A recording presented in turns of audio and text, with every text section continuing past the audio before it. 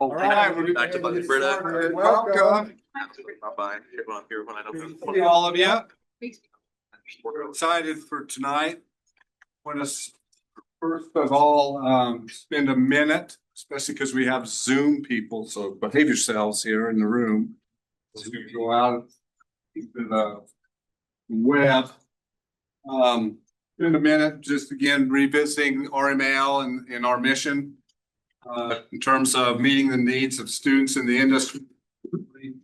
Distinct learning program that provides the senses and knowledge and experiences combined with opportunities to develop and grow behavior skills necessary for successful performance and leadership. With that, the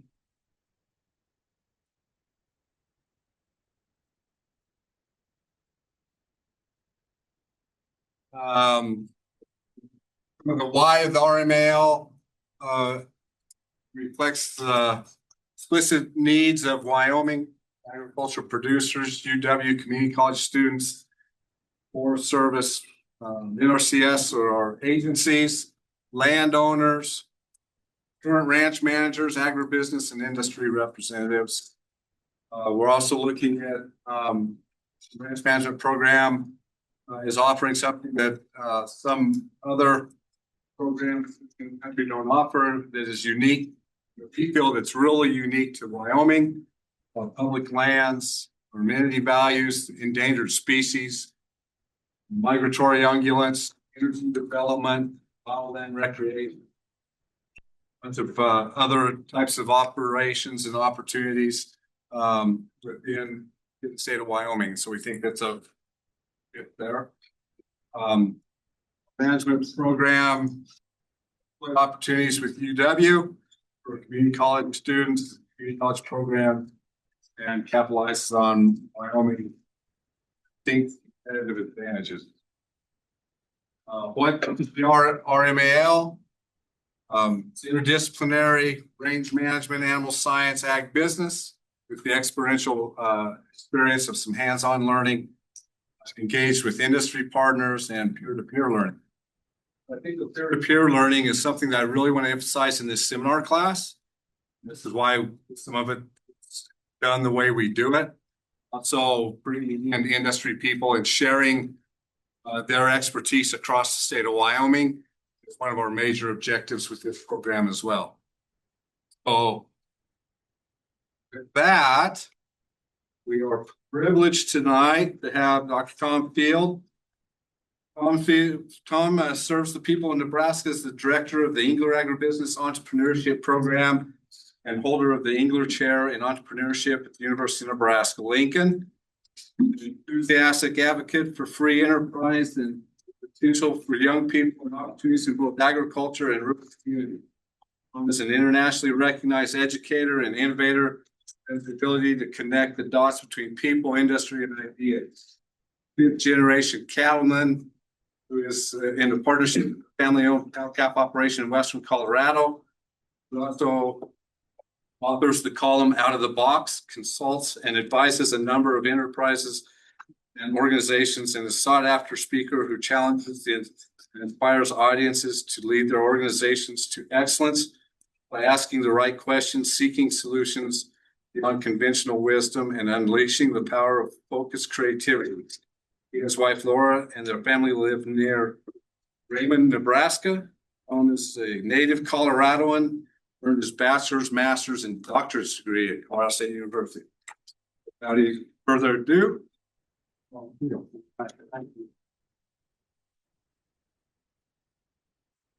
well, thanks for I've been in Nebraska for 15 years. Off the faculty at Colorado State for 20, so I can probably safely now come to Laramie and be with the Cowboys, right? Got the best tagline of any university in the country. Question about that, we need more Cowboys. Literally every walk of life. So a couple of quick things. So as we go, ask questions, like I say something stupid, call me out. I will say something stupid at some point tonight, hopefully not in the first 2 minutes. And the more we have a conversation, the better. So that's the intro I can think of for what I'm going to talk about tonight is, the difference between a children's fairy tale and a cowboy story. Children's story starts out once upon a time in a land far, far away. Cowboy story starts out, boys, this is no shit. It sure did happen. So I'll tell you a few things that are maybe tall tales and a few things that it sure did happen. I always find that it's challenging to, you're coming in with somebody probably got exams tomorrow and you got stuff going on and there's things at home and like our minds, like we're all come different into a room together. So to help you maybe think about how to take some notes, again, it doesn't matter what I think is important. What's going to matter is the one or two things you get out of this that might stick with you. Okay. So I'd encourage you to start with like, what are the things you're really grateful for? You can start from a place of gratitude and just do better, right? Anybody's ever tried to start out with a bronchi horse and a bad attitude? Neither one of you have a good day. Right? But you can be kind of grateful. Like now I'm grateful I don't have to get on young ones. I can look to some young guy and go ahead. I'll watch. This will be fun. But start with your gratitude. And those are going to be in ranch management. There's going to be so much to be grateful for, even when it's really crappy. You're going to be in a place that's unique. It's in the middle of creation. So start with gratitude. Think about your own goals. Like, he's got some goals for you probably, but like, what are your goals? What do you want to get out of the session? There's space for some notes. The big ideas are not the ones that come from me, but the thing that clicks in your head, because you're going to hear something, I would bet tonight that you go, oh, and it'll trigger you to do something and like write it down. It's easy. Sometimes like we'll get an idea and then get on to the next thing and we forget it. So we get an idea that kind of intrigues you, write it down and then think about it. There's going to be, hopefully I'll get you to ask yourself some questions that will drive you to actually do something. That's the key is a question, I'm going to do something about it. And then at the very bottom is the reminders, like as you're going along, something's going to flash in your head. Oh yeah, it's my girlfriend's birthday tomorrow. Right. Well, like, yeah, you should be focused on that. So write that down real quick and then come back and think about what we're talking about, right? Or, well, you guys would never do this, but everybody's getting together for iced tea later tonight or whatever, right? You can laugh at it. I go by the Cowboy Bar today and I had some flashbacks to when I was about 19 that we were about because this is being recorded. Then if nothing else, if you just need a good nap, you can get a good 2-hour nap in and you can have a resource when you wake up. This is a set of, and again, like not everything comes from a book and this is like a weird list. But if you want to learn about entrepreneurship, you want to learn about innovation, about how to apply creativity, these are some things that I think will help you, right? They're kind of a selection. I would encourage you, if nothing else, when you leave university, leave with a library and build on that library because that will be the difference between you and a lot of other folks. Great library, change your world. Okay. Like, well, it all starts with perspective, right? I'm not going to teach you anything about the process of entrepreneurship because there's no rule book. Right? There's not a way to do entrepreneurship. But it does come down to how do you frame the world? How do you frame the world? And that's important for us to talk about and think about. So what do you see up in this image? Grandma with a feather, Say again? grandma with like a feather hat and like a little. Okay, so you see a grandma, she's kind of got a feather up on top of her hat. Maybe anybody see anything else? Young woman. Young woman. Okay. Everybody see both of them? Anybody can't see either one? Which one, or is there one you can't see?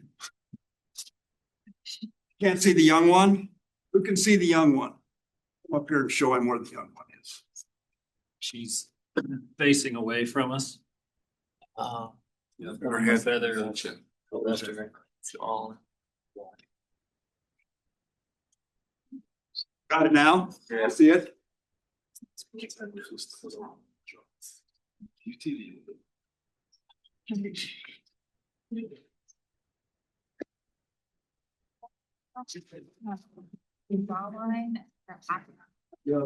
Don't you look and that's good. Right? Right, and then realization, boom, there she is. Here's the reason I show that to you. In truth, one image. They're both there. Some of you saw one like that. Some of you saw the other one like that. Some of you who have some kind of crazy superpower saw them both almost simultaneously. It's just the way your brain works, right? It's just the way your brain works. It's all about perspective. So when we look at something, always want to stop and think, there's two ways to look at this, maybe three. That's the key to everything. The ability to look at the same thing as everybody else and look for what nobody else is seeing. Okay?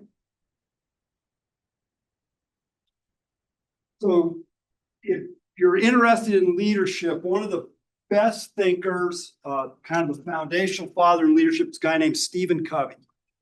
And he wrote a whole series of books, but his famous saying was, seek to understand before being interested in being understood. So seek to understand, that should be your first goal. Well, to do that, you have to have two things, context and perspective, right? Context is like the stage. We're figuring out it defines a boundary, like here's a place. And then there may be actors in that stage, right? Because a ranch is a stage. And there are actors, right? And the actors are everything from nematodes in the soil to big ungulates to whatever. Same thing in entrepreneurship. Every company has some kind of context. It's the setting, it's the circumstances. But context is not enough. You have to bring perspective to the table as well. And perspective is subjective, right? We can all go to the same concert and leave with a different view of what happened during the concert and what was really the cool or best part of the gig, right? Because we have different perspective. I mean, all the same thing. Same, if George Strait was the same, right? It was George Strait, and we'll all leave with a slightly different experience in that. That's key also to solving problems. If we depend only on our own perspective, we're probably not going to find the or truth in something. So it's your viewpoint, your lens, and I have context. I also have perspective, which has over time evolved into bias. Right? There are things that I probably have a deep bias about. Like I believe that crossbred cattle is the way that covers up a lot of dumb management decisions I make. Heterosis is much more forgiving, right? That's a bias. Is it true? In some circumstances, yes, maybe not at all. So context, this is the place where I learned about seasons and learned about who I was, especially when I was young, where I grew up. This is the Gunnison Valley in western Colorado.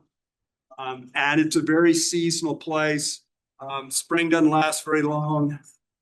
Fall doesn't last very long. Winter lasts a really long time. I made it the smallest picture. Those two bulls, we had unloaded them and I'm sure they were thinking, what the hell? Right? We just come from beautiful country and this is nothing but snow and mountains. Long. What I learned there was that things can change. And the picture of Tamichi Creek there, the value of that is that sucker is a winding road. That is what all business ventures are. There are so few straight line deals. So that's context. My perspective has been guided by a bunch of others, right? That's my plan.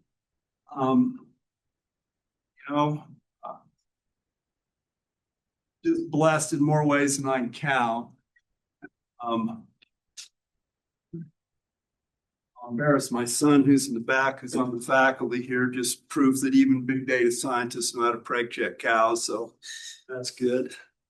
Right. And as you're thinking about entrepreneurship, as you're thinking about you, there'll be the people that will provide you perspective and they'll give you great capacity to see the future. Now, let's start with this. This is not that important, but it's only important to get you to maybe buy into what I'm going to say next. So we started the Angler Agribusiness Entrepreneurship Program at the University of Nebraska in 2011. A big investment from the donor. Gave us the capacity to start this thing. From 2011 to 2021, our entrepreneurs, and we had 56 of them that reported data. There were at least 10 companies that did not because Nebraskans don't like to talk about money. They did about $146 million in total. Average age of the founder of the company is 2021, COVID year, we did 47 million in revenue. That created 127 jobs. Part-time, third full-time, 2/3 part-time. We're now getting ready to do our 15-year impact statement, a bigger number. But I only show that to say to you, the philosophy in the context of what we tried to do worked. We didn't know when we started. We had no idea that we would get to this. And we still got a long ways to go. But I show that to you so you maybe believe a little bit. Well, how did we do it? What was the foundation? Well, the foundation was figuring out really quickly that we build people who build companies that build communities. Early in the first year, we thought our job was to build companies. Right? So I had a room full of folks just like you, and I was trying to help each of them build a company with my input. Worst thing ever, because they didn't need my input. They just needed support and connections and networking, right? So when you go out as you aspire to become a manager and a leader in a business down the road, remember, your job is to grow people. Right. And the best one I know in the state is Trey Patterson of Padlock. Right? If you want to study a great leader and a great ranch manager, study Trey. Right? Padlock has a new video out on YouTube. Just go on YouTube, go Padlock, a family story. It's about 17 minutes long, absolutely worth watching, but it's about people. Ultimately, that's what it's about. So keep that in mind as you go. We also said that we're going to have these pillars. These are going to be the kind of our core values. Students developed them, staff, we kind of guided, just like they wanted to have 20, and I'm like, nobody can remember 20. I said, get 5, and then we've settled on 6, right? But these 6 things, anybody can come to our program if they buy into these 6 things. And it's amazing. We built this really eclectic program because a lot of different people want to aspire. They want to sweat for something. They want to build something. They know it. Right? They got grit. They want to use their passion, and they want to be partnered up. So how did we get there? How will you get there as a leader? It'll all be around people and the stories of people. Right? This is a quote from Isabel Allende, great novelist. You are the storyteller of your own life, and you can create your own legend or not.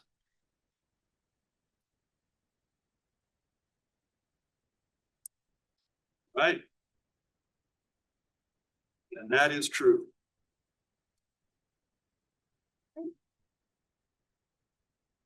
The quality of that legend, and up to you too. But nobody can do, you can't manufacture it. You've got to create it. Like just wish it, how to do it.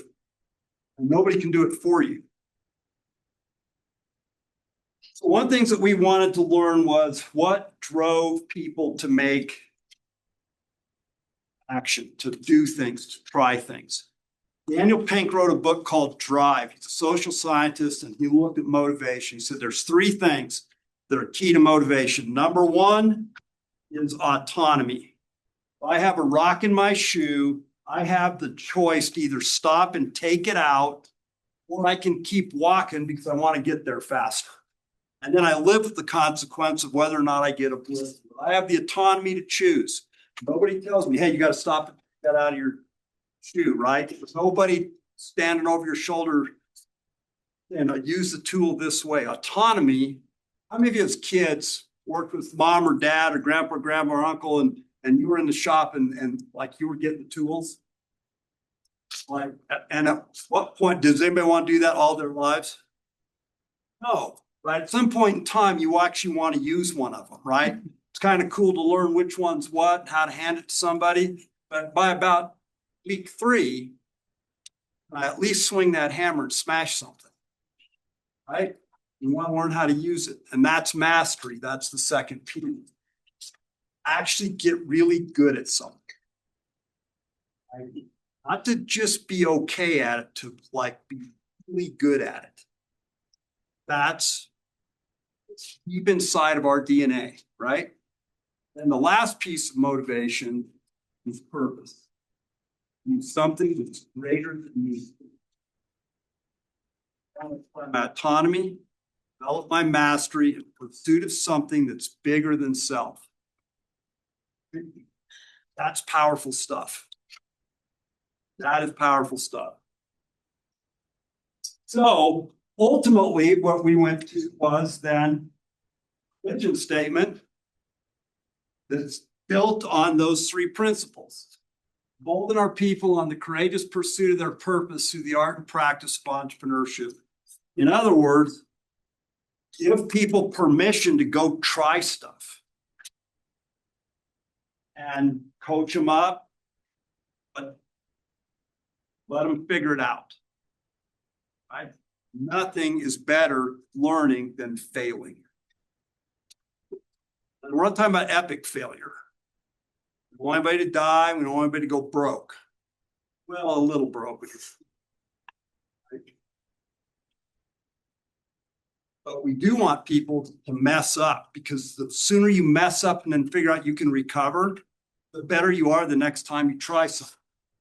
Okay, enough of that. So I just wanted to give you the background. That's context and perspective that describes a little bit of my something I care about. So what can we learn from trail drives that we can apply to entrepreneurship? Okay, what can we learn fast?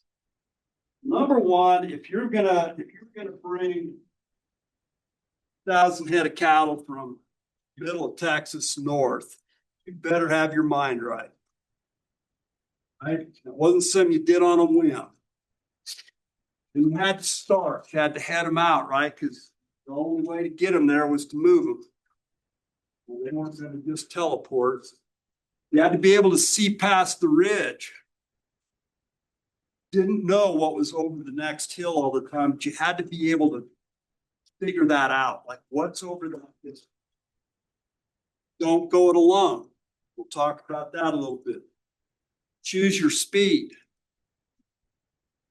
Right? Because Doesn't always have to be the same. The unexpected will happen. And ultimately, the goal is to ship them. Right? Transaction that got you money in the bank. Those are kind of the principles of entrepreneurship. In many ways, these are also principles for how you can lead your life. So get your mind right.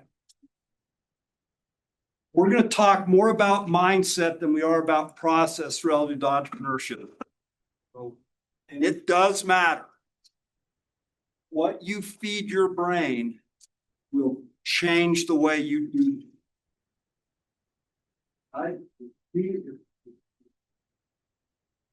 Don't feed your brain the right things. Don't feed your spirit the right things. Don't feed your heart the right things. Right? You will stagnate. So this is important. And I happen to think this is the way to ponder and think. Best thing you can do. I'm really proud of you guys too. Like, why don't you aren't just like doing this? That's super cool. We're in a better place right here. This is good. Good for you guys. Best thing we could do is take all the devices, walk to the top of the building, and throw them off the top. Ponder, like, what do you actually think? Like, really? And there's no better way to figure that out than in a place like that. Sitting on a little knoll, watching Bermuda, just what do I think? That's powerful stuff. And that's what you're getting at university. Yeah, you get a chance to meet a lot of people, have some fun, etc. But what are you thinking about? Because that is the difference. And it isn't like, I can guarantee in entrepreneurship or in ranch management, it's not about how high your scores are, GREs, your ACTs, your SATs, whatever. Like, no, it's like, how much do you keep learning? So that's a key thing to get in your head. How do I do that? Then you recognize that I do have choices in the midst of circumstance. Right? It's easy in society today to say, oh, my circumstances. Well, yeah. Sometimes we are in a bad spot, but we still have a choice. So that's a key thing to think about. Like, what's going to drive my mindset? Am I going to be driven by my circumstances or by my choices? They're very different. Okay? Key is not to have a good hand of cards. The key is to be able to play a bad hand well. Right? Not just having good cards. It's learning how to have a bad hand and play it well. Right? Now, mindset, all of you have had moments in the past where somebody taught you something really important that at the moment might not have seemed very important. I want you to start thinking about that. Like, you spent the next week and you went back through your experiences and you thought, okay, what are the kind of things that I got taught that came out of nowhere? They might have been small little things that made a difference. For me, I'm going to share one with you, and it's on the front of it. I feel kind of bad because it's kind of embarrassing.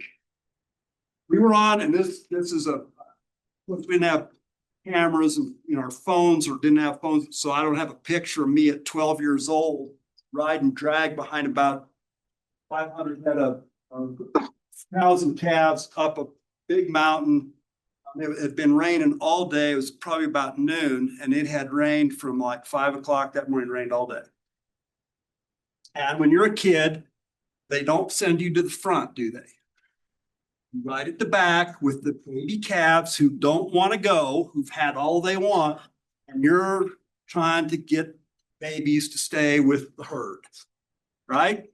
And it was, and I mean, the water running, I can still feel the water running down my back. And I'm embarrassed about this. Girl goes, I'm whining like a baby. Oh, this is so bad. It's terrible, blah, blah, blah, blah, blah. Well, there was one old rancher in the back with us, right? We were in a pool, crazy pool in those days, Clarence Howard from Powder. We're riding along, Clarence is listening. He's probably, I don't know, 70, 60s. Finally says, young fella, this is the best weather we're going to get today. You just as well relax and enjoy it. At the time, it kind of made me mad, but it stuck. And that's when I learned there was a difference between choice and circumstance. I never forgot. Doesn't mean I haven't whined about my circumstances at times. But every time I start whining, I think I can hear Clarence going, hey, hey, hey. This is the best we're getting today, so you better just get with it. Entrepreneurs, you're going to start something, you are not guaranteed success. It can go south. It will be hard. It will ask things of you that you do not want to give. But if you can remember those lessons that somebody shared with you when you were young, it'll make a difference. Now, I don't know what they teach in high school English or college English anymore, but back in the day when we were still writing with number 2 pencils on Big Chief tablets, I had a teacher by the name of Mrs. Wallace. She did stuff like Mark Twain's writing, Samuel Clemens, right, and great American writer. And here's what he said that's really important for us to think about. It's not what you don't know that gets you into troubles. What you know for sure just isn't so. Think about it. It's not what you don't know. It's what you know for sure that just isn't so. Right? So we want to stop and ask ourselves, am I living by the exclamation point or the question mark? At the exclamation point, we pound the table, we demand our own way, we think we're right, we're too cool and too smart to ask anybody else. And what happens?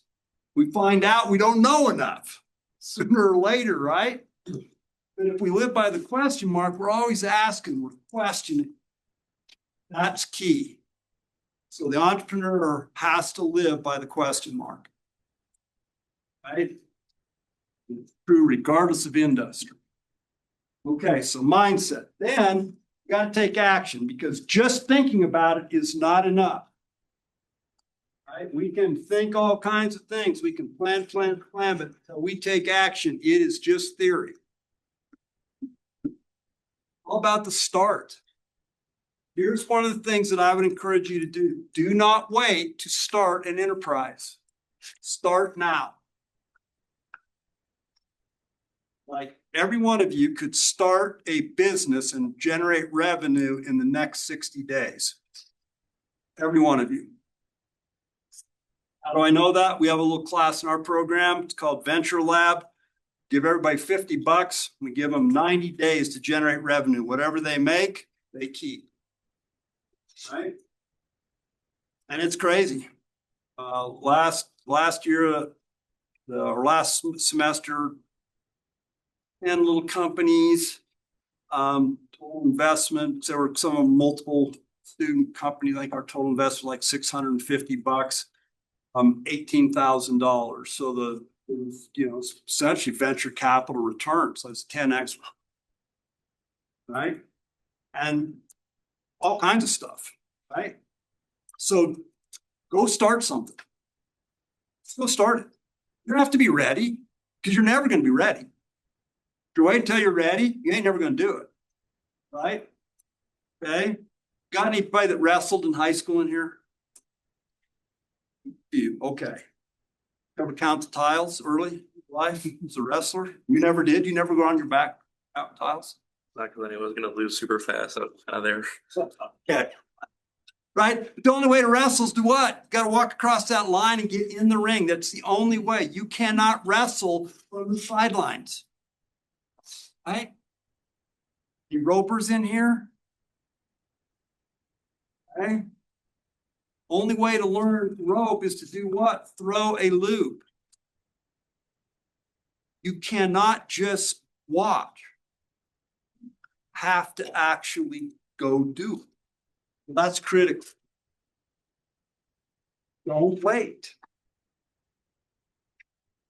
Job that's never started takes longest to finish. All right. Okay. Start. Well, and what if you mess up? Start again. Right? Every one of you can go get a job at Walmart being a greeter, so you don't got to worry about it. Right? You've always got a job. Just go start some. Don't wait for permission. If you're waiting for permission, right. Safety is an illusion, guys. Start. And you're not going to get rescued.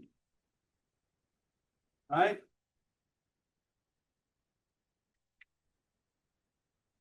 It would be kind of cool if John Wayne come over the hill and rescued me, but he ain't coming. And the form of help I'd probably get is not help I want. So don't wait to be rescued. Don't wait for permission. Just start. When I think about education, we found this through an entrepreneur. This is a school out on the East Coast, Sudbury Valley School. Here's their student statement. This, if you're going to be a student there, this is, you have to agree to this. Responsibility means that each person must carry the ball for himself. You and you alone must make your decisions, and you must live with them. No one should be thinking for you, and no one should be protecting you from the consequences of your actions. This is essential if you want to be independent, self-directed, and to master your own destiny. You just got to go try stuff. And if you skin your knee, good. Like, you're not going to be whole unless you've got some wounds. If you're scarless, you didn't live. You've got to have some scars to figure this out. The next thing is see beyond the ridge. Now, this map is really not, I shouldn't even do that. Leave Fort Concho, go to the west, take a hard right, go north, and there you are. That is not how it works. It was curvy. Nobody knew for sure, right? Every trail drive was different, but you had to be able to see beyond the ridge. This is a quote from a guy's a physicist. I love this. The map is not the territory. Right? The map is not territory. The map describes what we think we know. But the territory is different than the map. Right? There's more to be learned, more to be explored, right? There's a lot of different ways up a hill, up a mountain. There's a lot of ways to cross a river.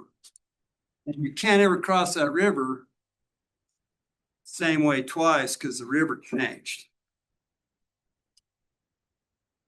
So this is worth thinking about. So you have a map in your head that's causing you some challenges because that's the map. I can't go beyond that. But the territory maybe that you want to be in is beyond the map.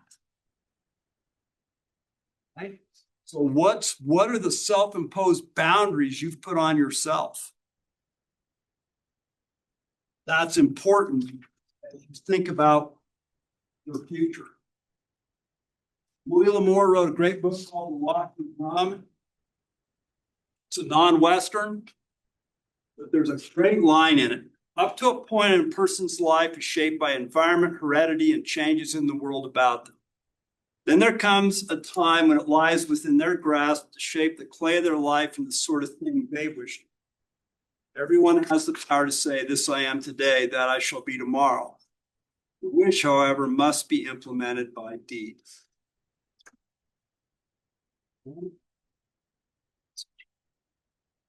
That's worth thinking about. That's worth thinking about. You have the power to things that others don't believe you're capable of. Right? And when people tell you it can't be done, it's not because they don't think it can be done, it's because they don't believe they can do it. So they'll superimpose that on you. Don't buy that story.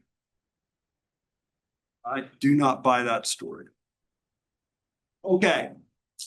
Draw 3 rows of 3 dots. Okay. Little kind of square shaped deal. So just draw that on piece of paper there. Then draw 4 lines that connect all 9 dots without lifting your pencil, right? Okay. Some of you have probably seen this before, but I like the trick because it's fun. If I ever got really good, I'd do magic up here. This looks like. Okay, so see if you can get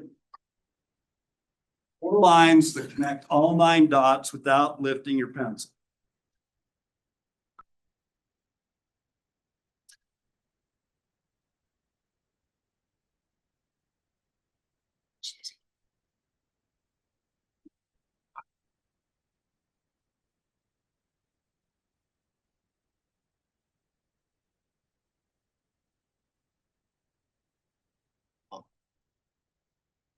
Got it? Hold your hand up. I'm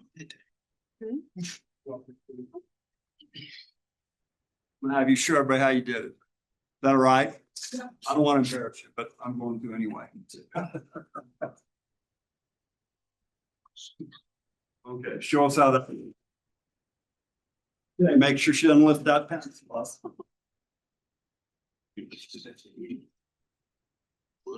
Okay, that's one way, but you lifted your pencil. Right? Gotta keep it on the board. Like 4 individual. So they'll do 4 lines, but can't move. It has to stay on the board all times. Okay, that's all right. Good for you. That was a good attempt. Thought outside the box a little bit there. Who else has got one? Okay. No, go ahead. Yeah. Go ahead. Shoes. You come fix him if he gets it wrong. Okay, yeah. And you don't get it wrong, just a different way of doing I it. was like, what's that smell? Oh. All right, okay. Good job. What was the key? Yeah, a little pause, good, that's always good. And thank you for coming up and being the first. Like that takes courage. And go outside the box, right? First thing we do is we're constrained by the map. Right? The map, we see the dots, and we're like, it's got to be inside there, right? The answer's inside there. No, the answer's outside of it. Right? Think about the folks that figured out Uber. Right? Prior to Uber, if you were in the taxi business, what did you own? Cars. What else did you own? License, business license. You had your business licenses. What else did you own? Say loud. What else did you own? Your brand. You had a brand, yeah, you know, yellow cab, right? Meter. A meter, you had meters in the car. What else did you own? You had a big service bay and a shop, right, to fix the cars that you owned. You had a call center. You had all kinds of people working dispatch, right? And you had a huge insurance liability, right? Then along comes Uber and they said, oh, so the business we're in is moving people from where they are to where they want to go. And what did Uber say about owning cars? Don't own the car. Let somebody else own the car. We need a dispatch center? No, we need it. Right? They changed the whole game. Some taxi companies survived, not very many. Most never could get past. They're like, that isn't the taxi business. Yeah, it was the taxi business, right?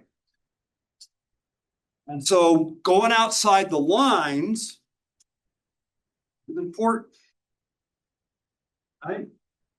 Outside the lines is important. There are several ways to, yeah, you also can start just underneath the dot, not even connect them without being fully boxed. So the question you want to be asking yourself is my perspective limiting my vision? Is my view of the map limiting what I can actually see? Right? Anybody ever listen to their little voice in their map app that, and it's telling you turn here, turn there, and you just, oh, it must know.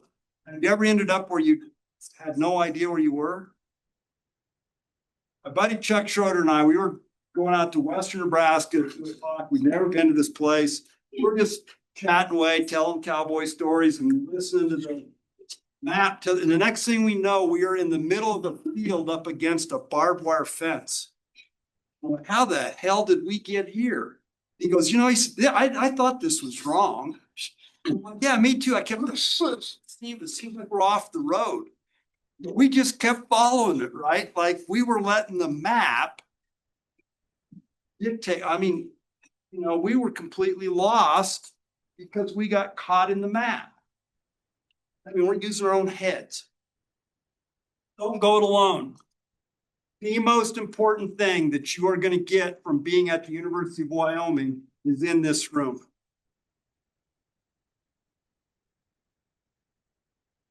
It's the only thing that will last. And that's your relationships with each other. The more eclectic your relationships, the better. You want to have the wildest, most eclectic group of friends you can possibly have when you're here.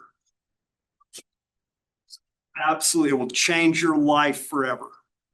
Right? Because the people in this room, when it gets tough, because you're doing it together, they will come when you're in trouble. They will pick you up when you screw it up and you're down on yourself, and they will love you back into getting with it, sometimes gently and sometimes with a kick right square in the butt because they know you well enough that you need it. Right? That's what's going to matter. Don't forget that. I mean, every second you can spend talking to each other, developing relationships in real time will be important for the rest of your lives. Okay? So don't go it alone. Right? In cowboy culture, we get caught up in like my whole image of like the coolest ever is Don Wayne getting on that big sorrel horse and riding up over that ridge with that lone pine tree and kind of turn around and looking and off he goes, right? The lone, the white knight. What a bunch of bullshit. Right? It's cool. Like, and it is epic and it is kind of like it's romantic, but it isn't real. You're a bull rider, you need the bullfighter. Maybe not always, but when the chips are down, I sure want the right one there. You can be a great header. You don't get no money if your heeler don't catch.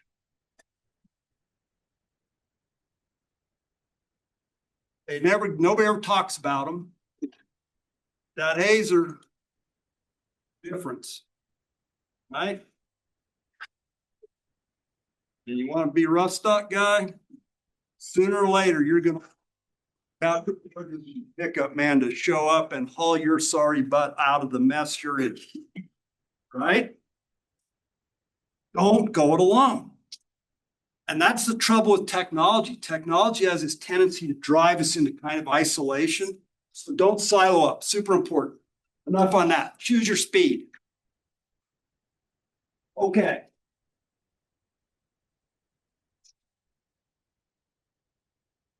Read a Living, Fountainhead, anything that Ayn Rand wrote, you should probably read. They're really long books. But she was brilliant.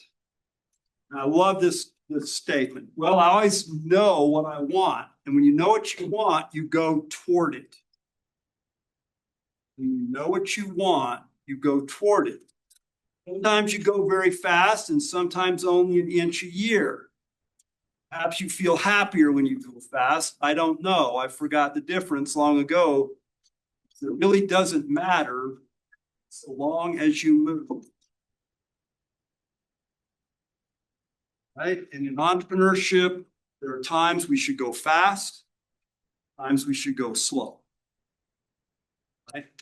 And wisdom is knowing when to do which. And how you get the wisdom is by going fast when you should have gone slow and going slow when you should have gone fast.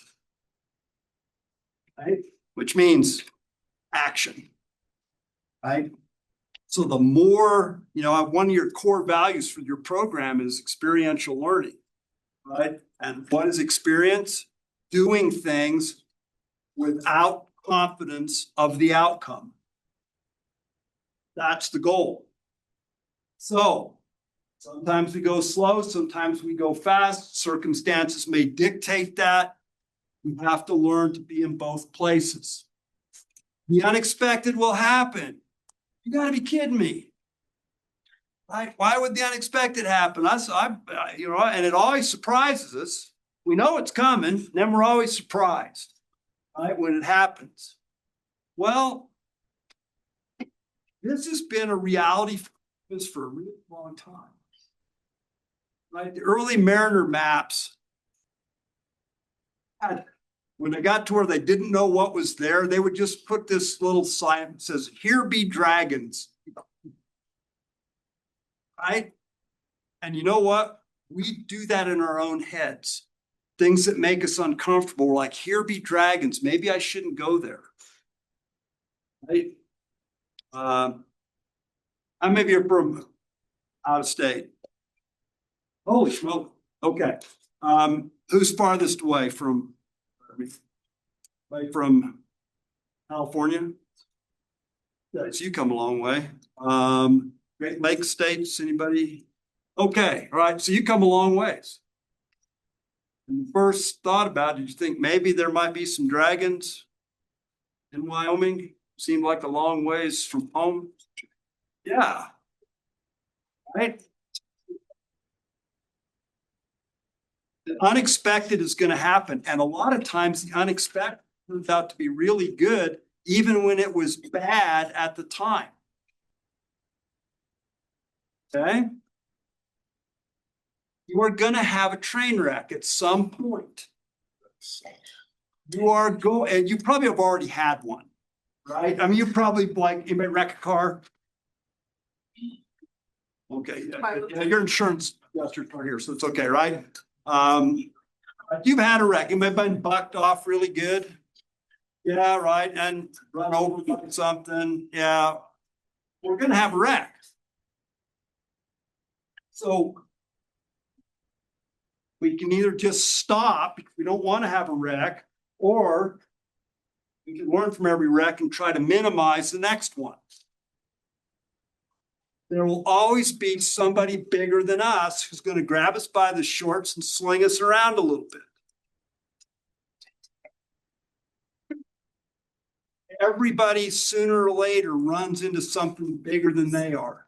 The market has a paddle big enough for all our backsides. So the market will get us sooner or later. It doesn't matter how good our company is.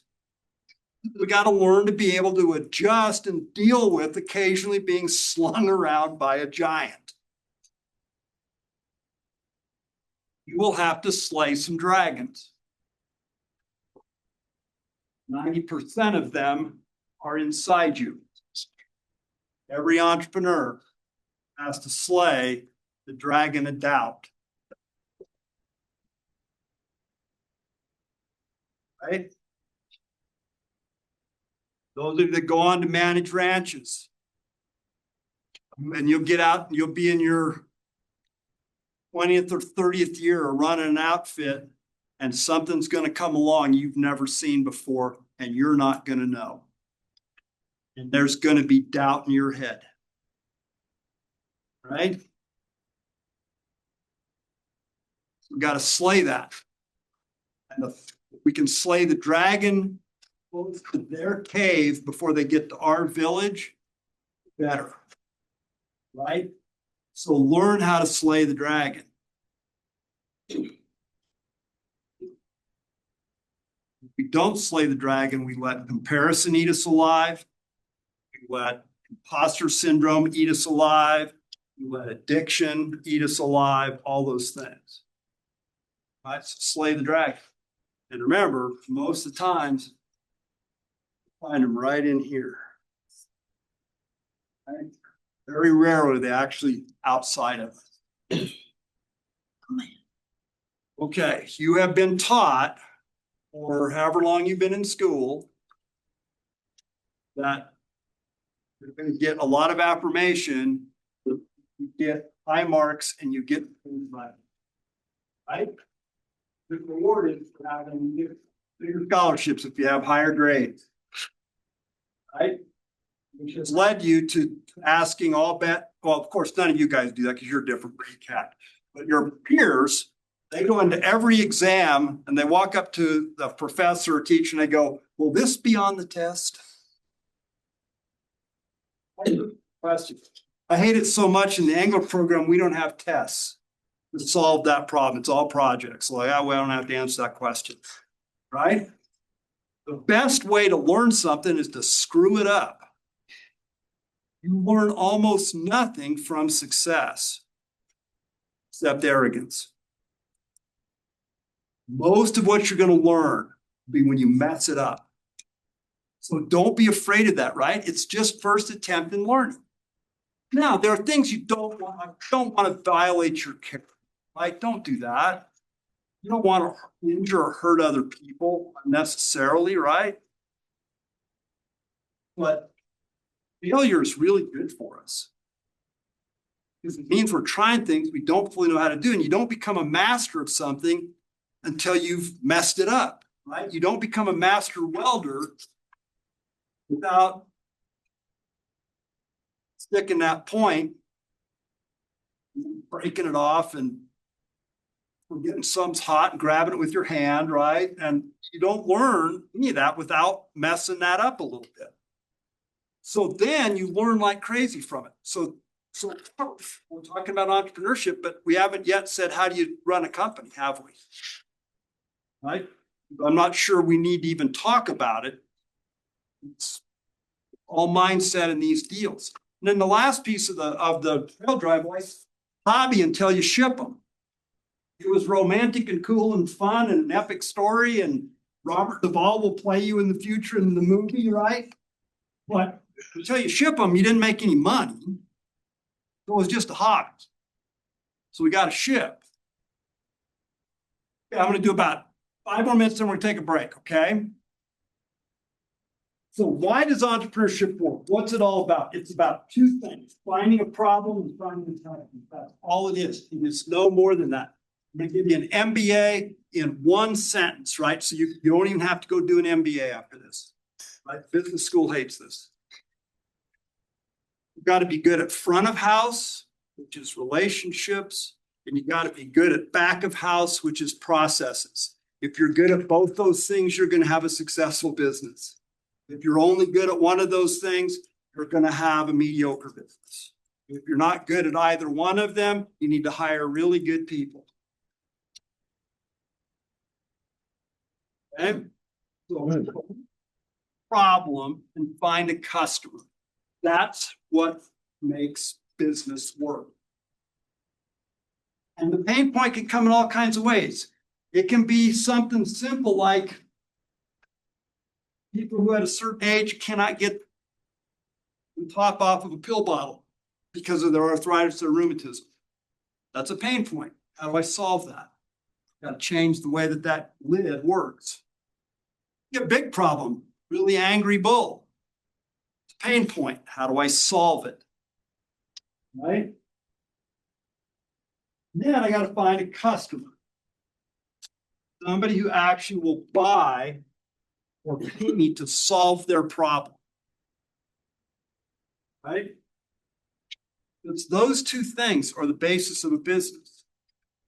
Finding a problem and then finding a customer solving it in the context of what the customer wants solved.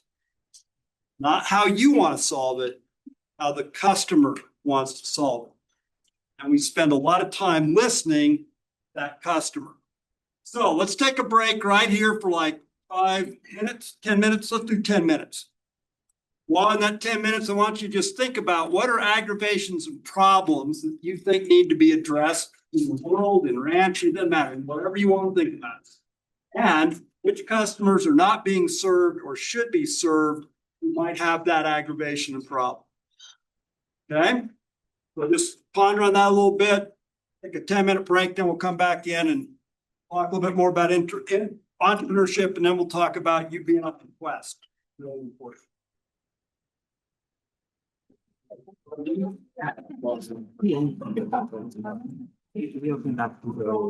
Practical exercise, mindset of entrepreneurship.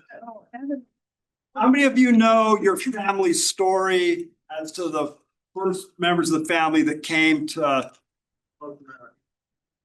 Okay, where'd they come from? Ireland. Ireland. Okay, mine too, right? When did they come? Do you know when? Some of them came real early, like before the Revolutionary War, and some of them homesteaded Wyoming in like the 1800s. Okay. And then one was a Koth. First, he was sent on the boat in city, Cool. and like Right, and so when they got off the boat, now ours, when Mike got off, illiterate, they left Ireland to either leave Ireland or die. The famine was on, they were Irish Catholics, and they were uneducated, and I don't even know how they got. They got to the dock, right, and company man meets them, they make their ex next to you, they're working silver mines in Silver, Colorado, right? So put yourself in the role of being the first generation off the boat. Don't know the language, don't have very much money. Right? But you got to do something. So just write down real quick, you tomorrow had to start something to support yourself. I won't put on the burden of having children yet, because you just had to support yourself, right? Beavers in Wyoming went away. Your parents said, just go figure it out. And nobody was hiring. You just had to go start something. Write down real quick, what would it do? Right? And if you want to cry for 5 minutes, that's fine, but then get over it. You gotta get going on. We ain't got time. Yeah, look day and age, right now. At to tomorrow, like what could you start that would keep you going, that would give you a livelihood, right? Might not make you rich. Not worried about that yet. We're just trying to have a little cash flow.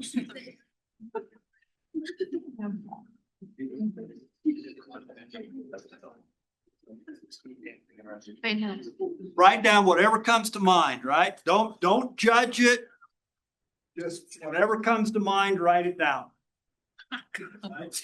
Second, you hear yourself say that won't work, it probably will work. You're just telling yourself it's too scary. They got one they got wrote down good. What'd you write down? Open a mechanic shop. Open a mechanic shop. So you got a skill set. Put it to work. Wow. Got one. Meat processing. So you know how to harvest, got meat, right?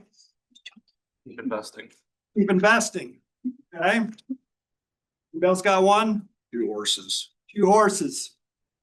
Got a connection at Leslie and Lang. Okay, barred in for a while, right? Everybody can find, you found something, right? Like that. Right? Have skill sets. There are problems out there. There are horses that need to be shod. As a matter of fact, finding good carriers is harder and harder and harder. Right? You gotta eat, processing meat skill, and most people, oh, I don't want to do that. That's too messy. Right? Visceral. You can figure that out pretty dang quickly because you make a choice in the midst of a circumstance, right? So our founder, Paul Engler, who's the founder of Cactus Feed Yard, Pablo Energy, great guy. I worked with him for the first 14 years of our program, passed away at 94. He's had this argument. He said, entrepreneurs are born. I said, some are, but I think entrepreneurs are made by choice and circumstance. And we never did resolve that fight, but I am convinced every person could become an entrepreneur because we have so much history about them. So how do you do it? How do you figure out what problem to work on? Number one, you listen really carefully to people and you watch them, right? If you're interning at a ranch, watch. Watch what makes people mad, what they complain about, or what doesn't work, state practices that aren't quite right. That's the basis of a potential entrepreneurial venture, right? And then, as opposed to trying to do it mystically, like crystal balling it, be Sherlock Holmes and keep digging, right? That's the key, is curiosity, curiosity, curiosity. And eventually we get to the point where, like, can we reimagine an existing thing to make it better? Uber and taxis, right? Airbnb and hotels. Right? Hotel industry didn't go away, but a huge market grew up. Vacation home rentals, Airbnb type stuff, right? Because somebody just reimagined what hospitality looked like. Do the same thing with the ranch.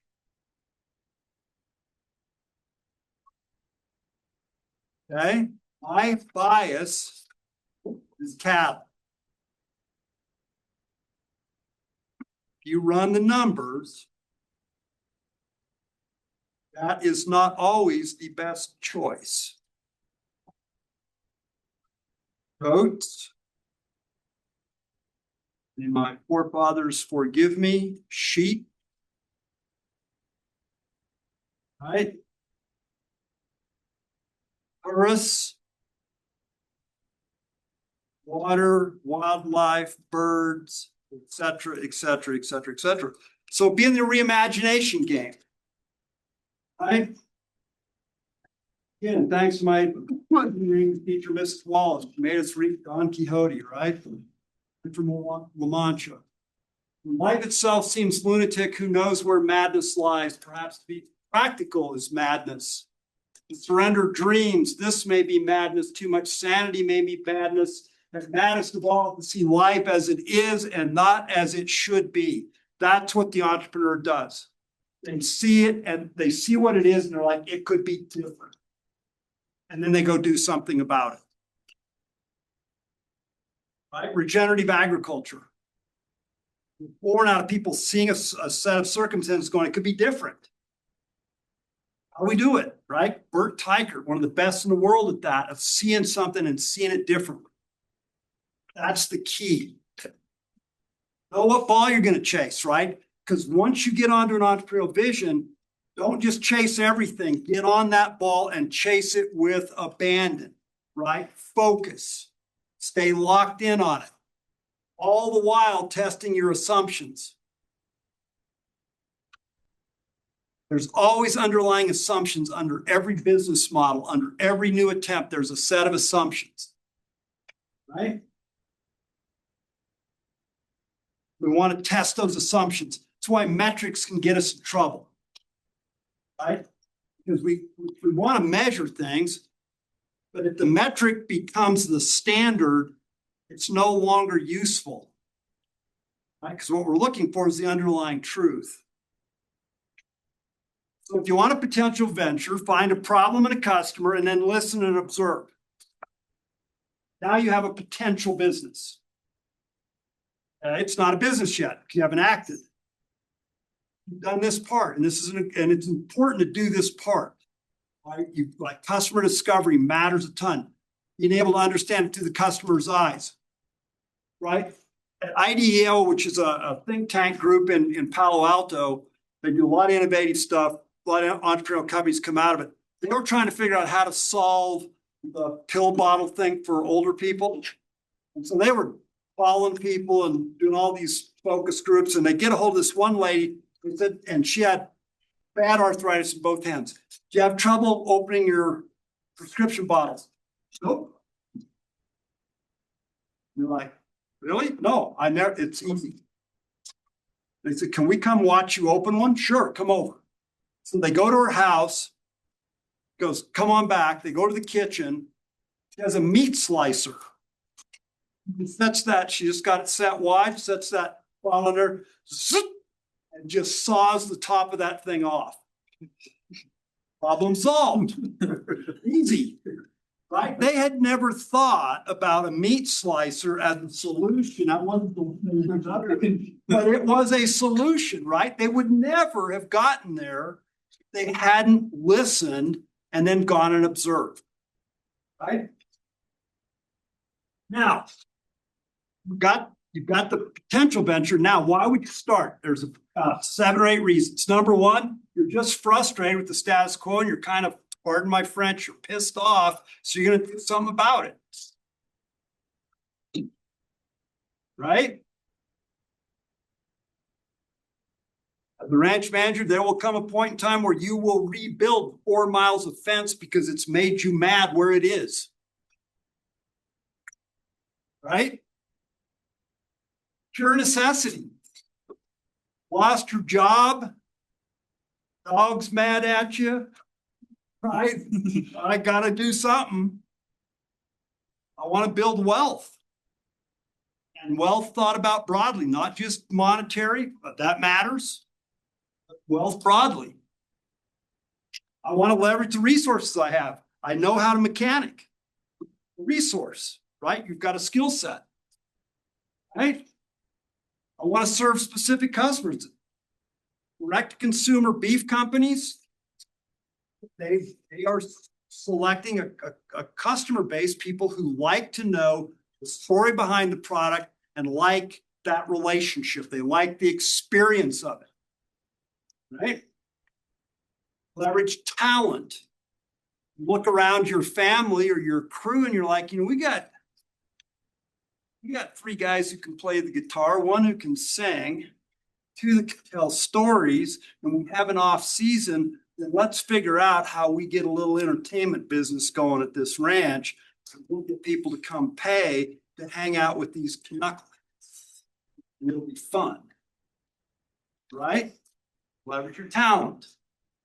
Or to just solve a problem because you are by your nature problem solvers. We operate on, it's a long time, on a lot of public land. My favorite gate closing I'd ever seen, it was a hard to close gate, and a 4-wheeler could have, sure enough, they could have just left it open, but they didn't. It was closed. They had used a tube sock and a little bit of duct tape. They couldn't get it pulled tight enough, so they just hobbled it together. And I wish I'd had a camera. I mean, I was like, that is innovation at its best, right? They said, we have a problem. I'm going to solve it. It's going to cost me a sock, but that's okay. Right? They just wanted to solve the problem. Once you get there, once you know why you're going to start, then you start connecting the dots. And you just go. And one thing leads to the next. And sometimes it's a blind alley. That's okay. Right? It's Lewis and Clark did not straight line it to the Pacific. They had all kinds of times they took the wrong turn. You're going to take a lot of wrong turns, so just live with that. People get the notion that entrepreneurship has to be all or nothing. It's not that. Like, rarely do you want to do that. You want to prototype and test it before you go all in, right? Riverboat gambling is not really the best way to do business. So get in the game, do something low risk. Just test it, see what people do. Before you open the restaurant, give away free samples, right? Or you own a bunch of real estate. Test it against the marketplace. See if people have told you, I like this and I'll buy it. Find out, will people actually pay you, and will they part with their money? That's key. If they won't, don't have a business yet. Then soft launch it, and then you're ready to go full on. So you can stair step your way. People get this notion, oh, I've got it all at once. No, the stair step process. And sometimes it's one step forward, two steps back. Over time, you get to where you need to be. Side hustle. I would strongly encourage every one of you to start a side hustle. Then, like, how many of you can work leather? A little bit of leather work. Market, people want it. It's different, it's craftsmanship, they want it. Weld. Yeah, there's ways to do that. How many of you, who makes the best cookies in town? I figure it out. I've got a student, she's paid for an entire university selling cookies. Right? I don't know if she's gonna do cookies forever, but she's sure not gonna have any yet. Right? And explains why. Innovation, entrepreneurship across time horizons. People get caught up in the moonshot, right? I gotta go big. Sometimes, yeah. Right, one of our companies called Marvel Technologies, it's a robotics company. Nebraska know-how, MIT engineering capabilities, machine learning, and they're revolutionizing the packing industry. Right, fastest robotics company into a manufacturing sector in the history of engineering. Unbelievable what these guys are pulling off. Right, that was a moonshot. Right. But you don't have to start there. You just ask, what action can I take today that moves me in the direction I want to go? And also start with, okay, I don't have access to resources. I don't have a bunch of money. What do I have? You've got a brain, drive, don't need to eat really expensive stuff. Cheese whiz and peanut butter will keep you alive for a while. Right? And you do have energy. And you're fit because you're young. Those are great things you have today, right? You don't need to have a $1 million venture. In fact, fast companies don't start with that. So you're gonna have tough decisions ahead. Act now. By acting now, you learn how to deal with the tough decisions ahead because you're already doing them. 4 realities of entrepreneurship. It's never a straight line. Never, ever, ever. Nobody does it straight lining it. The plan always looks the same, and every proposal on how much money people are going to make is called a hockey stick. It starts out kind of here, and then phew. Every one I've ever seen, they're different scaling, but they're all a hockey stick, right? And I just laugh. I'm like, oh, you are going to be in person. Because it's never a hockey stick. It's like, right? It's winding road. Be prepared for that. That's life. It's going to throw you curveballs you didn't see coming. At some point in time, you have to let go. At some point, you have to let go. And you're in the air and nobody has caught you yet.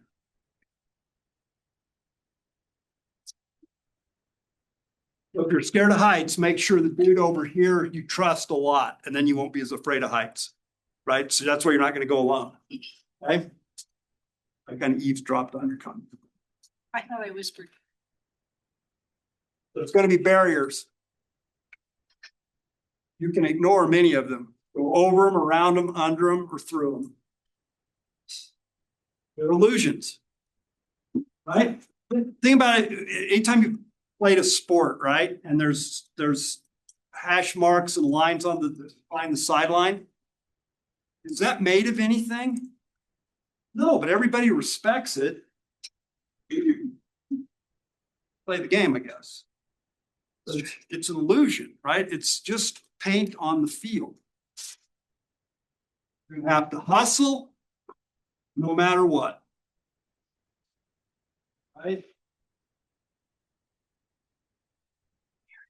Best picture I come up with, one of my friends says you got to hustle like a prairie dog and eat, but I don't know.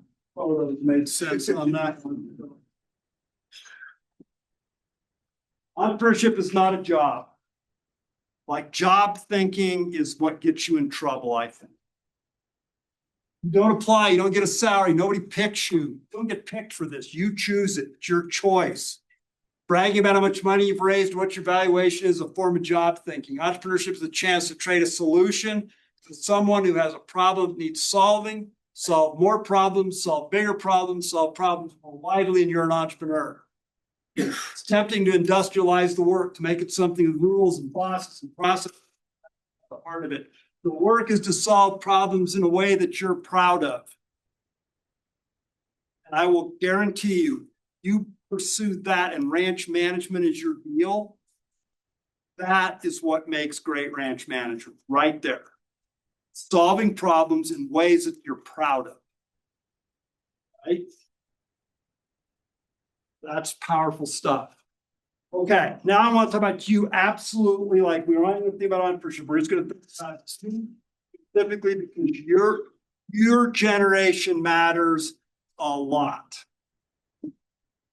A lot. You are the tipping point. No pressure.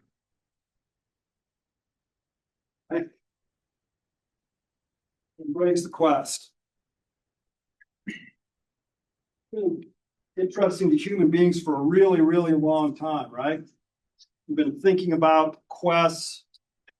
Oldest piece of literature, one of the oldest pieces of literature we know is the Odyssey, written by Homer, right? Or Homer and potentially some compatriots, but Homer the credit, right? The Odyssey is a story about an epic journey, time of trial, struggle, and challenge. It is also a reminder of our desire for homecoming, virtue, and discovery. It's timeless. It's timeless.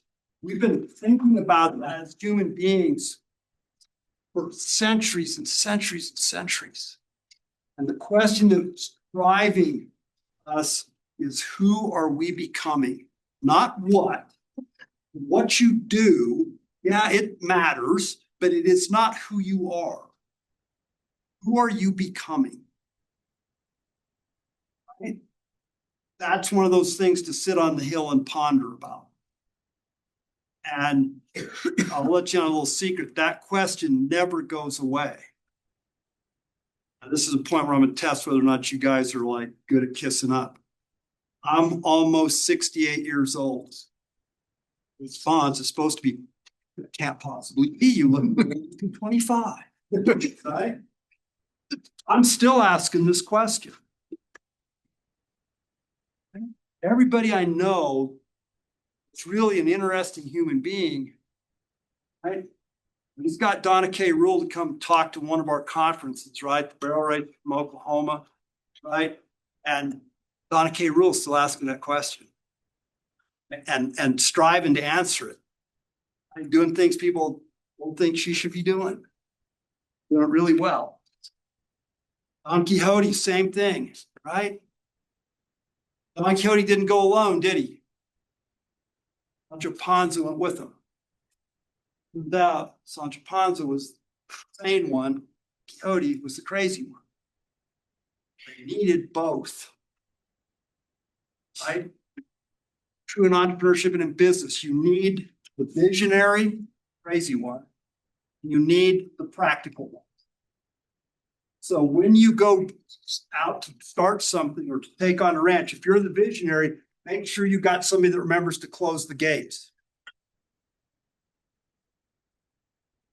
And if you're the gate closer, and that's a valuable thing. If you're the person who tends the details, make sure you got somebody who can cast vision. Right? I'll paraphrase this for speed. They're riding across Europe, right? And they see the windmills. Don Quixote goes, aha! Tribe of giants need to be slain. Opposed to everything that's good and virtuous. What a great day, for we will slay these beasts. Han's like, What giants? Those over there with the long arms. Terrible. Hansa. Sorry. That's a windmill. Don Cody's response, know nothing venture.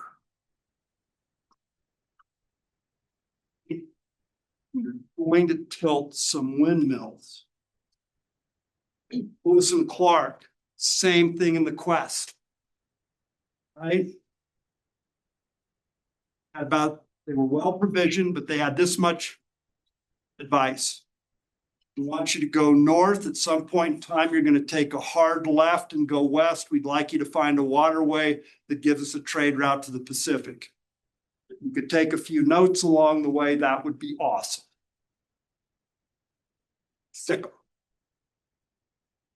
Right? It's the most epic story in American history. It is the most important story we have. As Duncan and Burns wrote, something about the painful combination, triumph and tragedy, of loss and spectacular gain, of progress and its cost, something about the promise of our democratic ideals, promise put to the test in the wilderness just beyond what was then our country, something about friendship and trust and love, something about a beginning and an ending all at the same time. Lewis and Clark get under your skin.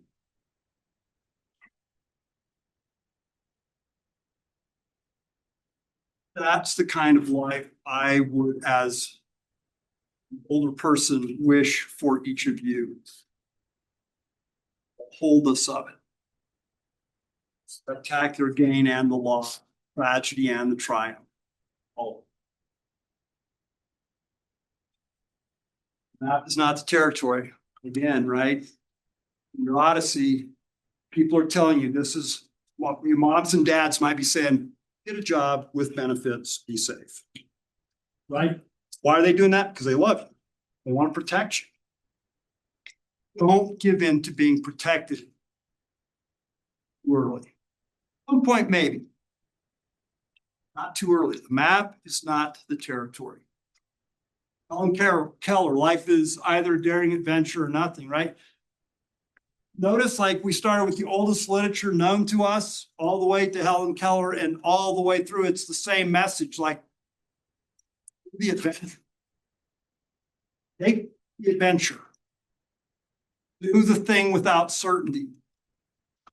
Now, if I could get you to read 3 things while you're at university, these would be the 3. The first is Otter's Dance by Bob Budd. You probably have met him, know him. Brilliant. Right? I love that book. It matters.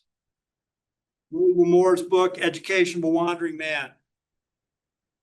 Right? Fabulous. If you're thinking about your education, read that. There's so much insight and wisdom in that.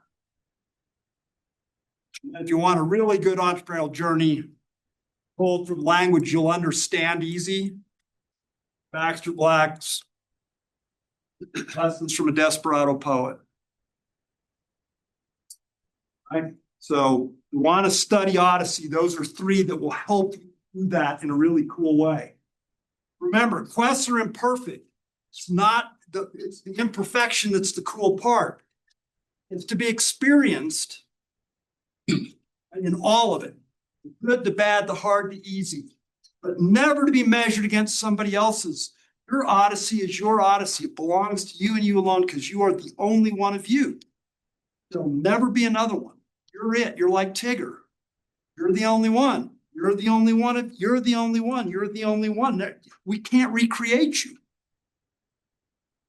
So your Odyssey is going to be yours. Hey, that's the beauty of it, is you get to own that. It is to be shared. Right? Because even in the 100-acre wood, we needed a few friends. It's never perfect. Never perfect. But it's the fountainhead. It's where we learn everything in the adventure, in the Odyssey, in the journey.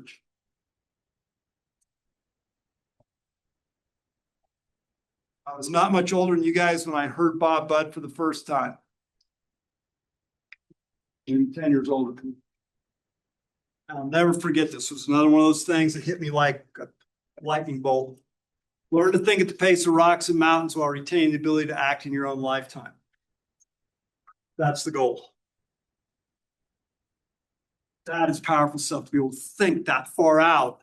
It's to act in our own lifetime. That is a powerful way of viewing the world. That is context and perception personified in a really cool way.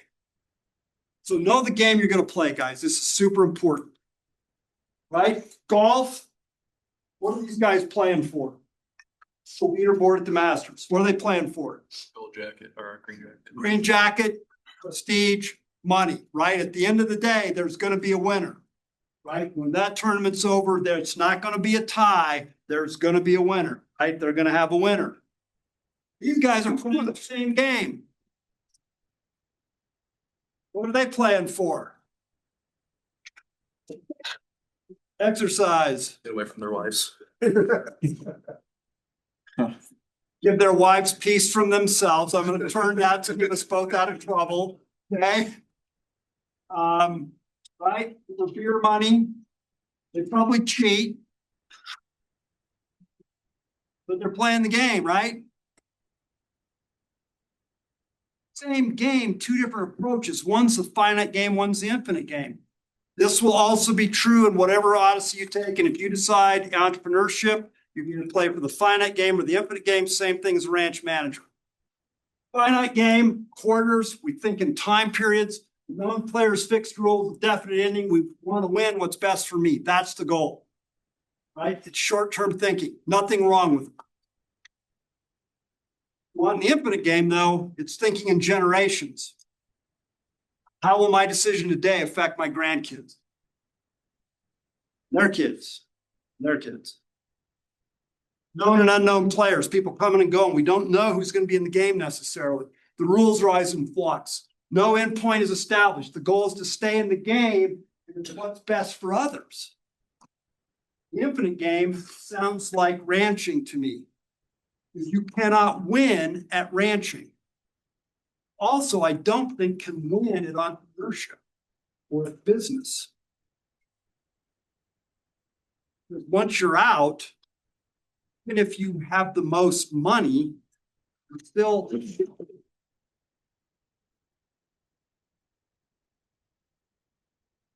like quitting the tournament too early. Think about that. I developed the mindset to play the infinite game. The first thing is your just cause. That's your odyssey. Why you're going to do the odyssey, who you're becoming. You're going to have to serve others for it to work. Future focused. Building agility. Play for the good of the game. Right? Play for the good of the game. Right? It's easy for Chloe Kim to be disappointed today, not getting her third gold.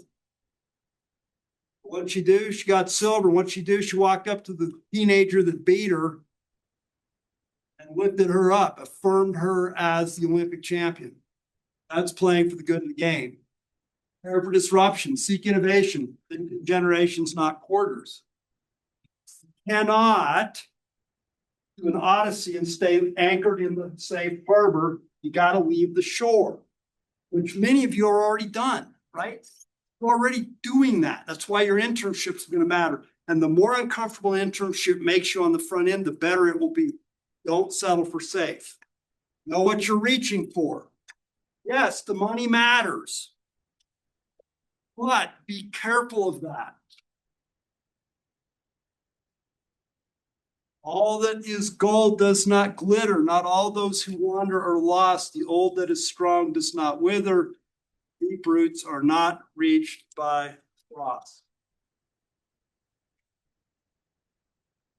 On the far left, that's my great-great-grandfather. On the right's my great-grandfather. Right? They're really the founders of Orbit. Started right after the Civil War.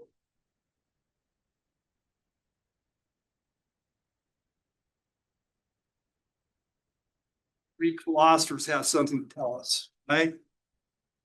No one ever steps in the same river twice where it's not the same river and they are not the same person. That's another interesting thing in entrepreneurship. Every year is different. Every season is different. Same thing with ranching. No two seasons in a ranch are the same ever. Right? January will fool you. February will be different than it was a year ago and even different than it was the year before that. The price to be paid. Question is, are you willing to pay it? To get wine, we have to crush the grapes. You cannot get wine until you break the skin of the grape. Right? First price.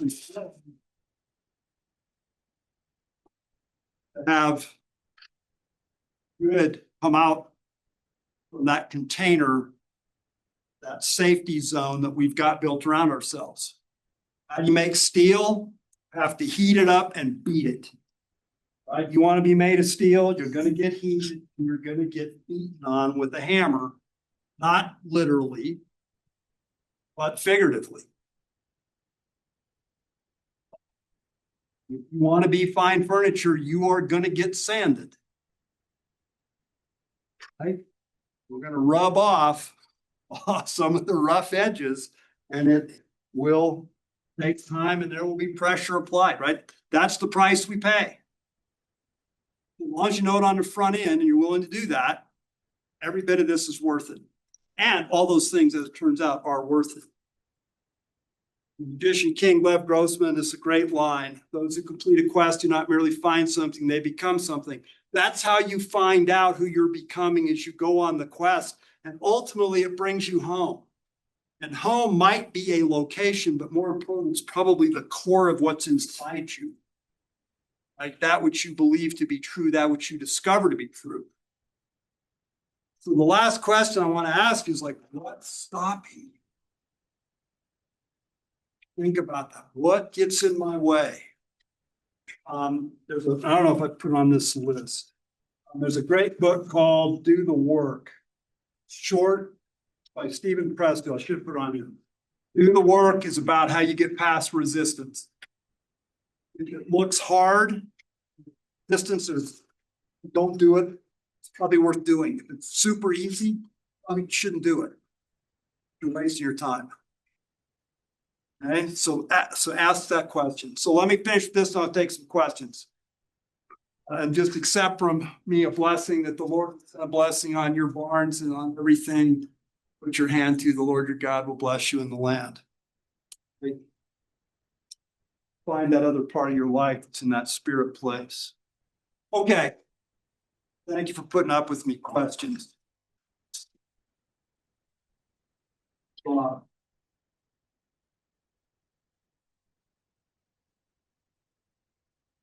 You split off from just ranching to doing this deal.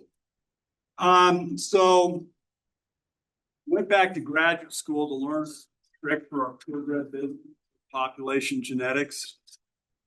And I kind of went this way.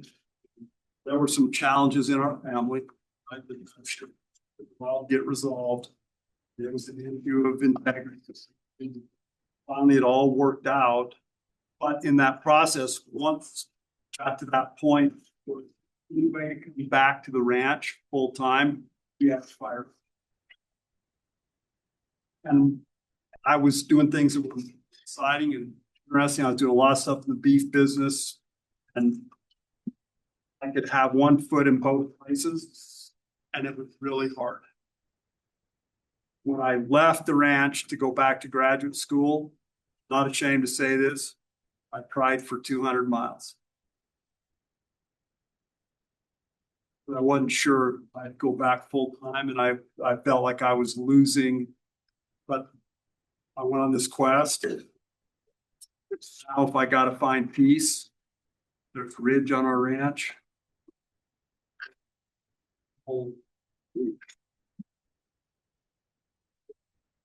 Good question, yeah. And probably partly out of stupidity. Other questions? question. When you did the challenge with the students and you gave them $50, did you do any education before you handed them money or you just sent them loose? Yeah, so what we do is we gather them up. They know what the class is gonna be, right? And so we start off and we teach them a little bit about design thinking, not very, just a little bit, like it's like fast learning. Design thinking, customer discovery, problem, understanding problems from a customer's perspective. We teach them a tiny little bit about money management, a tiny little bit about marketing, a tiny little bit about project management. And then we do every week is accountability circles and coaching.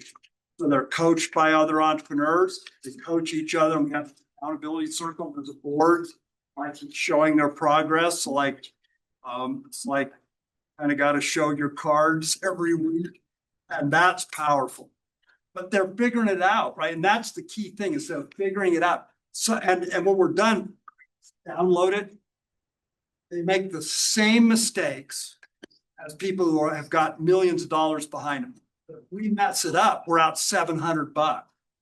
Yeah, $700. Like, I value every penny, but it ain't 7 million. They've learned the same things. Learn.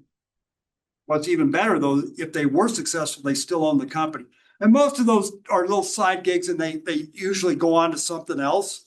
Well, we've had 2 of them become standalone companies that are full-time now, and their motivations. We got this young guy, like, what do you want to, what's your passion? What's your goal in life? He goes, man, I want to bass fish every day. I'm like, well, you better figure out how to make some money, brother. Right? And so he started making fishing lures, and he made better fishing lures. So he's kind of our Duck Dynasty guy, but with fishing lures. And today he's got Shields distribution, and he's about to get Bass Pro Shops. He's built brand new. It's cool story. Yeah, so it's like, these guys are capable so much. Like, we get in their way. Like, and we want them to go try things and kind of mess it up and have each other help them. It's madness, but it works. Makes my administration crazy. They hate it, but it works. Other questions? Yes, ma'am. How much do you think consistency matters when building a business? Yeah, so we always start out with one approach, and we're pretty sure it's going to work this way. It never does. So the consistency is sticking with it and not letting a problem stop us. But we also, part of our consistency, recognizing when we need to switch, right? And there's a Seth Godin's book. It's called The Dip. It's another real short book, but it's about knowing when to stay and when to quit. And quitting isn't bad. Quitting just means quit at the right time, get to the next thing that will work. Right? So consistency matters. And but I will tell you this, consistency matters way more than speed. And turtle wins the race. Steady, steady, steady wins. Pound the stone. Right? Flash and dash, kind of cool. Every now and then they hit a little lick. Most flash and dashers don't last. If you want to dive in that really deep, my email's tfield2@unl.edu. Just send me an email and we'll chat. How do you find your drive to do what you do every day? Good question. Part of it is I spent enough time doing, like, figuring out like what I am good at and what I'm not good at. Like, my neighbor is doing all my mechanicing, right? Because I go to the ranch, our manager goes, don't touch that, right? So part of it for me, to be just dead honest, is I've been blessed every day of my life that I've had these crazy, interesting people took a little interest in me. So, and my mother taught me to be grateful for that and to pay that forward. So that's part of it. And I don't know, like it's like a mystery. But I have not woken up very many days and thought, oh, my life sucks. I wake up a lot of days and go like, I don't know how to do this and I'm screwing that up, but we'll figure it out at some point. I read a lot. Our work vision was so far from anything that called entertainment, you just had to read. And that helped a lot because I just got a bunch of perspectives. I don't know, and I'm just blessed to have good people around me. Family puts up with me. It's helped. And for me, I'm just dead honest that the very core is faith. Without that, I don't know what to do. You talked about choosing your speed. What's your best advice for figuring out what speed you're supposed to go? Try it. If you think you're supposed to go fast, go fast. And as soon as you see wrecks happening, slow down and pause for a second, get up on the ridge and okay, fast there, what happened? Right? All the yearlings broke back on me. Okay. We were at the gate, I got in a hurry and I blew the herd up, right? Or I got ahead of myself in terms of my marketing. My marketing was so far ahead of my production that I sold pre-orders because I couldn't fill fast enough. I was banking on this supplier to provide me this raw ingredient, and then they backed out and changed the price. So, and then have advisors. So I would encourage you to have, and this, it can be informal. You need 3 advisors. You need a cynic. Not somebody who's going to just beat you up, but somebody who's going to, every time you have an idea, they go kind of raise an eyebrow. You need a cynic. Then you need a cheerleader. And not to just tell you you're doing it right, but when you fail, who will say, that's all right, don't worry about it. Like, get on, come on, let's go. We're going to keep going. And then you need the sage. As much gray hair as you can get, you won't try to own your business for you. So you need somebody that's been beat up multiple times.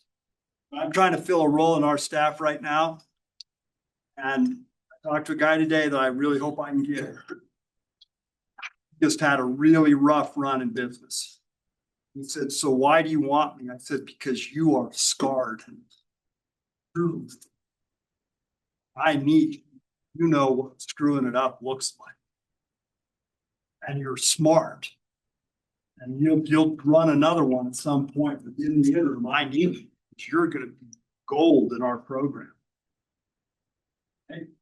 So like get that advisory group and that'll come a little bit in here, right?